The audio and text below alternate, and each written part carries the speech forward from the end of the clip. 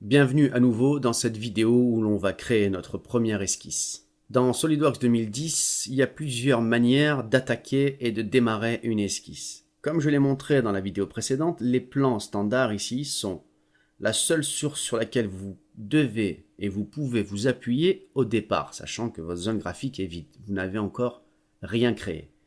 Les plans par défaut ne sont pas visibles, sauf quand on met le pointeur dessus. Ici, je vois bien, je suis en vue isométrique, quand je clique sur le plan de face, on m'écrit bien plan de face, il est visible une fois sélectionné, mais si je clique dans le vide, je ne le vois plus.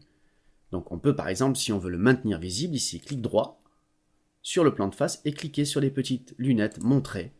Maintenant, même si je clique dans le vide, celui-ci est constamment visible. Donc pour cacher à nouveau le plan de face, on voit bien ici que son symbole est devenu coloré, ce qui m'indique qu'il est visible. Même chose, clic droit, je reclique sur les lunettes, cette fois je le cache. Alors, pour créer une esquisse, rien de plus simple, je sélectionne tout d'abord le plan sur lequel je veux dessiner, donc à vous de décider intelligemment l'orientation que vous voulez donner à votre modèle. Si par exemple je prends le plan de dessus, ici, il n'a pas besoin d'être visible constamment, le plan, pour créer une esquisse. Si je clique gauche simplement une seule fois dessus, j'ai immédiatement ici, comme vous pouvez le constater, une petite fenêtre constituée de 4 boutons. Indispensable, comme notamment ici esquisse, qui va me permettre de créer une esquisse. Je clique donc sur ce bouton, regardez ce qui s'est passé, le plan de dessus c'est immédiatement orienté face à vous. Sachant que vous avez demandé à SolidWorks de créer une esquisse sur le plan de dessus, donc il l'a orienté face à vous pour vous faciliter le travail. Qu'est-ce qu'on remarque ici dans l'arbre? Esquisse 1 apparaît. On est bien dans une édition ici, comme le montre la barre d'état ici, une édition d'une esquisse, l'esquisse numéro 1. Immédiatement l'historique qui se met à jour. J'ai donc bien ici l'esquisse 1, je suis prêt à dessiner dans le plan de dessus ma première esquisse. Autre chose importante ici que vous remarquez dans la zone graphique, ce sont ces deux boutons ici, c'est la zone de confirmation. J'ai ici une croix rouge qui logiquement m'indique que je peux quitter cette esquisse, et ici une flèche violette qui m'indique que je valide l'esquisse. Donc là on n'a encore rien dessiné, mais si on dessine et qu'on modifie, en cliquant là-dessus, on valide les modifications. Mais en cliquant sur la croix, ici, on annule toute modification. Donc là, dans la situation actuelle où je me trouve, que je valide ou que j'annule, sachant que je n'ai rien dessiné, il ne se passera rien. La preuve, je peux valider. Et voyez bien, esquisse 1 a disparu de mon arbre parce que je n'ai rien dessiné dans l'esquisse. Alors, comme je le disais précédemment, il y a plusieurs manières de démarrer une esquisse. On a vu ici directement sur le plan. Voyons maintenant ici dans l'onglet esquisse. Alors je vais passer en bouton agrandi, utiliser des boutons agrandis par clic droit ici. Voilà, vous avez le bouton esquisse. Et là vous avez, esquisse 3D. On va rester dans une esquisse 2D simple. Si je clique sur esquisse ici, regardez, je vais me mettre en vue isométrique volontairement. Que me demande SolidWorks? Ici il m'avertit sélectionner un plan ou créer une esquisse. Là j'ai la possibilité, si je place mon pointeur, et regardez mon pointeur, il contient le symbole d'un plan et un carré vert qui m'indique, en fait, il est en train de me dire, soit tu me sélectionnes un plan, soit tu me sélectionnes une surface plane, mais sélectionne-moi quelque chose pour que je puisse t'ouvrir l'esquisse. Donc, vu qu'on n'a rien créé encore, la seule chose que l'on peut choisir, ce sont des plans. Donc, je vais prendre ici un des plans. Alors, tout à l'heure, j'ai pris plan de dessus comme exemple, on peut prendre le plan de face. Voilà, vous voyez ce qui s'est passé tout de suite. Alors maintenant, j'ai esquisse 2, oui, parce que l'esquisse 1, je l'ai déjà consommé. Ici, on est bien dans le plan de face. Si je prends l'orientation des vues, c'est bien la vue de face qui est active. Il a orienté automatiquement le plan de face à moi. Et j'ai bien ici le plan de face qui est en bleu m'indiquant que je suis en train d'esquisser sur le plan de face. Alors je vais tout simplement maintenant quitter avec la croix rouge. Et voilà, que me demande SolidWorks? Voulez-vous supprimer tous les changements? Je n'ai rien fait, donc je vais dire oui. Je peux même demander à ce qu'il ne me demande plus ça à l'avenir. Donc si je fais OK, voilà. Encore une fois, esquisse 2 a disparu de mon arbre. Donc avec SolidWorks, les possibilités sont multiples. Voyons une troisième technique ici pour commencer une esquisse. Cette fois, nous allons aller directement dans l'onglet Fonctions ici. En fait, on va commencer par lui dire « Je veux créer un bossage extrudé ». Par exemple. J'en ai deux d'accessibles ici.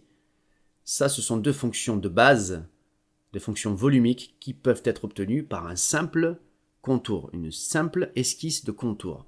Si je choisis base bossage extrudé, je clique automatiquement, oui, il faut d'abord sélectionner le plan. Je vais prendre le plan de dessus. Voilà, là j'ai ouvert une esquisse. Pourtant j'ai commencé par cliquer sur une fonction d'extrusion. On voit bien le bouton d'esquisse enfoncé. Donc il a compris intelligemment que de toute façon, avant d'obtenir une fonction volumique, il fallait forcément tracer un contour dans une esquisse.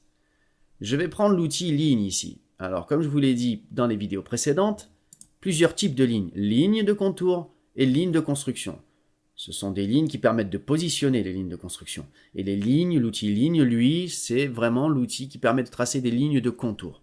Je vais prendre l'outil ligne normal. Ici, vous voyez votre panneau de gauche, ici, l'arbre, qui affiche des informations. Orientation, comme esquissé, c'est-à-dire comme je vais le dessiner. On peut directement contraindre, dire que cette ligne doit être horizontale ou verticale ou angle. D'accord? On aura ici des options que je vous montrerai par la suite, qu'on pourra transformer cette ligne de contour en une ligne de construction. Alors comme vous pouvez le constater, maintenant votre pointeur, c'est un crayon avec l'outil ligne qui est dessiné juste à côté. Donc maintenant pour tracer, si vous avez juste une ligne à tracer, vous allez cliquer sur le bouton gauche mais le maintenir appuyé. Ici je glisse, je trace par exemple une première ligne, oblique ici comme ça. Si je relâche, voilà, je suis libre. J'ai maintenu le bouton appuyé parce que je n'avais qu'une ligne à tracer. Je vais annuler juste cette ligne. Alors, en annulant, le problème c'est que je perds l'outil ligne, donc je suis obligé de le reprendre. Directement ici. Alors si je veux tracer une succession de lignes, ici, je peux cliquer mais relâcher le bouton. Je me déplace, je reclique un coup et là, regardez, j'ai la possibilité d'enchaîner les lignes. Hop, et à chaque clic, ici, je positionne mes points de manière à tracer mes lignes. Et vous avez ici plein de petits boutons qui apparaissent à côté de votre pointeur. Parfois, ceux-ci sont jaunes, comme ici le bouton perpendiculaire. On voit bien le signe perpendiculaire qui m'indique que la ligne que je vais éventuellement tracer va être perpendiculaire à celle qui a été tracée précédemment. D'accord? On peut avoir ici, là, on a ici, voilà, alignement vertical et horizontal avec le point milieu qui est à sa gauche. Bref, toutes ces relations, on les verra en détail plus tard. Quoi qu'il en soit, je peux finir mon tracé par clic droit ici, terminer la chaîne. Vous voyez, je peux reprendre des points et modifier les positions, agrandir, rétrécir, changer. Vous voyez, on peut vraiment revenir sur son esquisse autant qu'on le souhaite. Ça, c'est juste l'outil ligne pour le moment. Alors, il ne faut pas oublier que notre point de départ, c'était la fonction ici, bossage extrudé. On est en mode esquisse et on va voir justement ce qui se passe si je valide ici l'esquisse. Voilà, vous avez vu, donc automatiquement, il est passé dans un bossage extrudé. Il n'a pas oublié ce que je voulais faire au départ. Sachant que j'ai dessiné un contour qui n'était pas fermé, il se contente d'extruser dans ce qu'on appelle une fonction mince. D'accord? Avec une épaisseur par défaut de 10 mm qui peut être réglée. Je peux très bien annuler le bossage extrudé, ce qui me ramène directement dans mon édition d'esquisse 3, comme indiqué ici dans la barre d'état. D'accord? Donc ce que je peux faire par exemple, c'est reprendre ici l'outil ligne pour fermer. Alors ce que j'aimerais vous montrer, regardez le fameux pointeur, hop, dès que je me mets sur un point ici, le symbole des deux cercles concentriques en jaune ici juste à côté m'indique que je vais créer une relation de coïncidence ici. Et si je viens chercher l'autre bouton, hop, je crée une autre relation. Les symboles jaunes sont des relations définitives, tandis que les blancs sont juste des symboles de positionnement. Vous voyez, là on est vraiment dans une relation définitive, coïncidence d'un point avec un autre. Hop, si je clique, là j'ai fermé mon contour. Si je valide ici la ligne que je viens de tracer par OK, ou clic droit, sélectionner ici pour enlever l'outil, ligne. Je revalide une nouvelle fois mon esquisse ici, et là, alors, la fonction a été annulée précédemment. Je suis donc maintenant obligé de recliquer sur fonction, bossage extrudé, et je clique sur l'esquisse, ici, que j'ai tracé juste avant, pour obtenir une éventuelle extrusion ici de 10 mm. Alors je ne vais pas valider cette fonction parce que l'objectif de cette vidéo c'est de vraiment montrer comment on esquisse, donc j'annule encore cette fonction. Ici, et voilà, j'aimerais vous montrer ici, vous voyez la couleur de l'esquisse est grise, parce que vous n'êtes pas en édition d'esquisse ici, vous êtes en édition de pièces comme c'est indiqué dans la barre d'état. Rééditer une esquisse, c'est très simple, soit vous la récupérez ici dans l'arbre, clic droit, vous avez ce premier bouton à gauche qui est éditer l'esquisse, qui va vous permettre de re-rentrer dans l'esquisse, vous verrez la différence de couleur des traits, mais je peux également ici, en cliquant sur une des entités de l'esquisse, voilà, faire apparaître ce même menu ici, et rééditer l'esquisse. Donc je vais y accéder d'ici, éditer l'esquisse. Regardez mon esquisse, sa couleur est redevenue bleue. Et j'ai bien ici dans la barre d'état le message qui me dit que je suis en édition d'esquisse. Donc pour travailler dans une esquisse, il faut absolument être en édition d'esquisse. Là, on le voit bien, le symbole est coloré.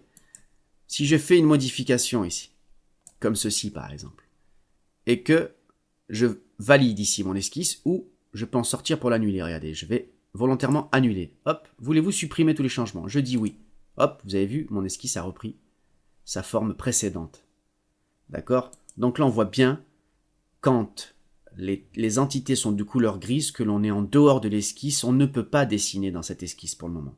Donc, il faut absolument rééditer l'esquisse. Clic droit sur l'esquisse concernée, éditer l'esquisse. Je peux faire les modifications que je veux. Et je valide à nouveau mon esquisse. Et là, vous voyez en validant ici, pas de message de confirmation et la modification a bien été prise en compte. Alors dans certaines situations, on verra par la suite justement le long de cette formation que l'on peut avoir à créer plusieurs esquisses d'abord avant d'obtenir un volume ou un modèle 3D. Supposons par exemple que je veuille créer une nouvelle esquisse. D'accord, je vais me mettre en vue isométrique ici pour y voir plus clair. Voilà, j'avais travaillé sur le plan de dessus, je vais encore une fois travailler sur le plan de dessus, donc je fais un simple clic gauche dessus et je clique sur esquisse pour indiquer au logiciel que je veux créer une nouvelle esquisse sur le plan de dessus. Alors vous remarquez là que le plan de dessus n'a pas été orienté face à moi car ce n'est pas la première esquisse. On voit bien ici notre ligne ici qui me sépare bien esquisse 3 de esquisse 4. Cette ligne m'indique à quelle étape j'en suis. J'en suis à l'esquisse 4, en édition d'esquisse 4. Si je dessine encore avec l'outil ligne un contour quelconque, c'est un exemple. Si je valide, alors vous avez remarqué que j'ai toujours l'outil ligne, ça ne m'empêche pas de venir cliquer sur valider. Je ne suis pas obligé de valider la ligne ici. En validant l'esquisse, je valide automatiquement la ligne. Donc regardez, je valide, voilà. Donc j'ai mon esquisse numéro 4 ici, qui est juste en dessous de l'esquisse 3. Si je clique dans le vide, alors j'ai peut-être du mal à distinguer une esquisse de l'autre. Alors ce que je peux faire ici, par exemple, esquisse 3, clic droit, je peux également cacher l'esquisse. On a pu cacher des plans, on peut cacher une esquisse. Mais en remettant mon pointeur dessus, je la fais apparaître ici en surbrillance orange. Et je peux très bien, clic droit, remontrer l'esquisse. Voilà donc ce qui conclut cette vidéo sur les bases concernant la création d'esquisses.